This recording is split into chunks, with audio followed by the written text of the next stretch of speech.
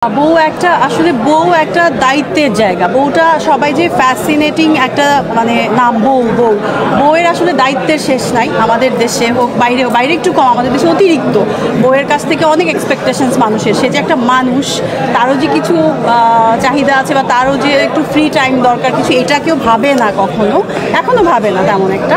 মেয়েরা নিজের জায়গাটা নিজেরা ক্রিয়েট করে, ওইটার একটা জিনিস আমাকে টাচ করেছে যে আমি যদি কিছু দেখাতে পারি বা আমার ছোট্ট জায়গা থেকে কিছু যদি ক্রিয়েট করা যায়। তারপরে এত সুন্দর একটা গল্প, তারপরে জিয়েতাব এখানে অনেক, আমি বারবারই বলবো এটা, যতই বলুক পরিবারের অংশ যাই হোক, এটা একটা মুখ্য কারণ ছিল ছবিটি করা। এবং সাইমন তারেক ভাই আমাকে যেভাবে গল্পটি শুনিয়েছে এবং ওনাদের যে টিম আমাকে যেভাবে এক্সপ্লেইন করেছে, আমি প্লিজড, সেজন্য আমি রাজি হয়েছি। আরেকটা হচ্ছে আমার মনে হয়, আমার ছোট্ট এক্সপিরিয়েন্স থেকে আমি এটা বলতে পারি যে পৃথিবীতে সব গল্প ঘুরে ফিরে একই, শুধু প্রেজেন্টেশনটা ভিন্ন হয়। তো কয়েকটা ধরনের গল্পই আছে, এর বাইরে আসলে গল্প নেই আমার মনে হয়, আমি সোফার যতটুকু বুঝতে পারি। বোঝারা জানার তো শেষ নাই, আমি শিখছি। তো এটাও ওরকমই একটা গল্প, বাট ভিন্ন প্রেজেন্টেশন।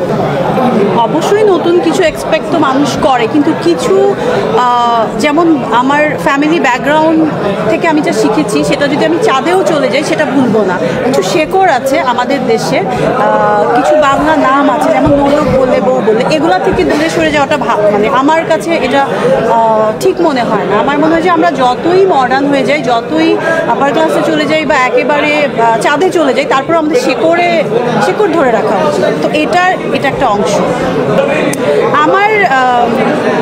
আমার মনে হয় ওরা বলবে, আমার নিজেরটা নিজে বলাটা খুবই ডিফিকাল্ট। তারপরেও নিজেরটা একটা থাকে যে আমি বললে এরকম করবো বা এরকম প্রেজেন্ট হবো। আমাকে দেখে তো এমনিই সব ছেলেরা বেশিরভাগ ভয় পায়। আমি অ্যাকশন ছবি করি, নিজে কি এক্সপেক্ট করবেন শ্বশুরালয়ের কাছে?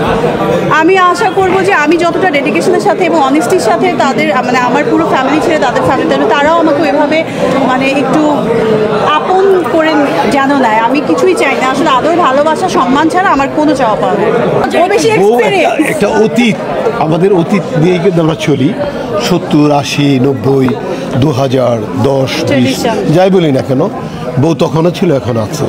বাট তখনের যে ইন ফিউচারে থাকবে, হয়তো ওয়াইফ হয়ে আসবে তখন। তো আমার মনে হয় গল্পের ভেরিয়েশন তো অবশ্যই থাকবে।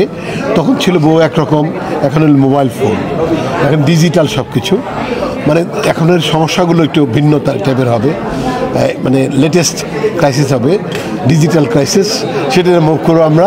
তবে আমি মনে করি ওখানে বউ করার পরে যত সমস্যাই হোক না কেন, যত নির্যাতনই করুক না কেন, আমি পাশে দাঁড়াবো, আমি পাশে দাঁড়িয়ে তাকে রক্ষা করবো। অনেক ভালোবাসা মানুষ আমার।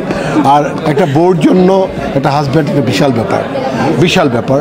হাজব্যান্ড যদি ভালো হয়, মানে হাজব্যান্ড কিন্তু মাকেও বাদ দিবে না, বউকে বাদ দিবে না, বোনকে বাদ দিবে না। সেই ভালো হাজব্যান্ড যে ম্যানেজ করতে পারে, ভালো গুড ম্যানেজার, আমি বোধ এই গল্পের তাই। আমার হাতি নাই, তবে বউ ও অনেক ভালো বউ, হাতির মতো কিছু চাবে, হাতির মতো অনেক ভালো বউ। ও তো কি করে, মানে ডায়েট করে, খুব একটা খরচ লাগবে না, ডায়েট করে তো কম খায়, হাতির মতো খাওয়া করেছে। আমার কাছে ভালো লাগছে যে এবার আমার বউ ববি তাহলে হলো, এইটা মানে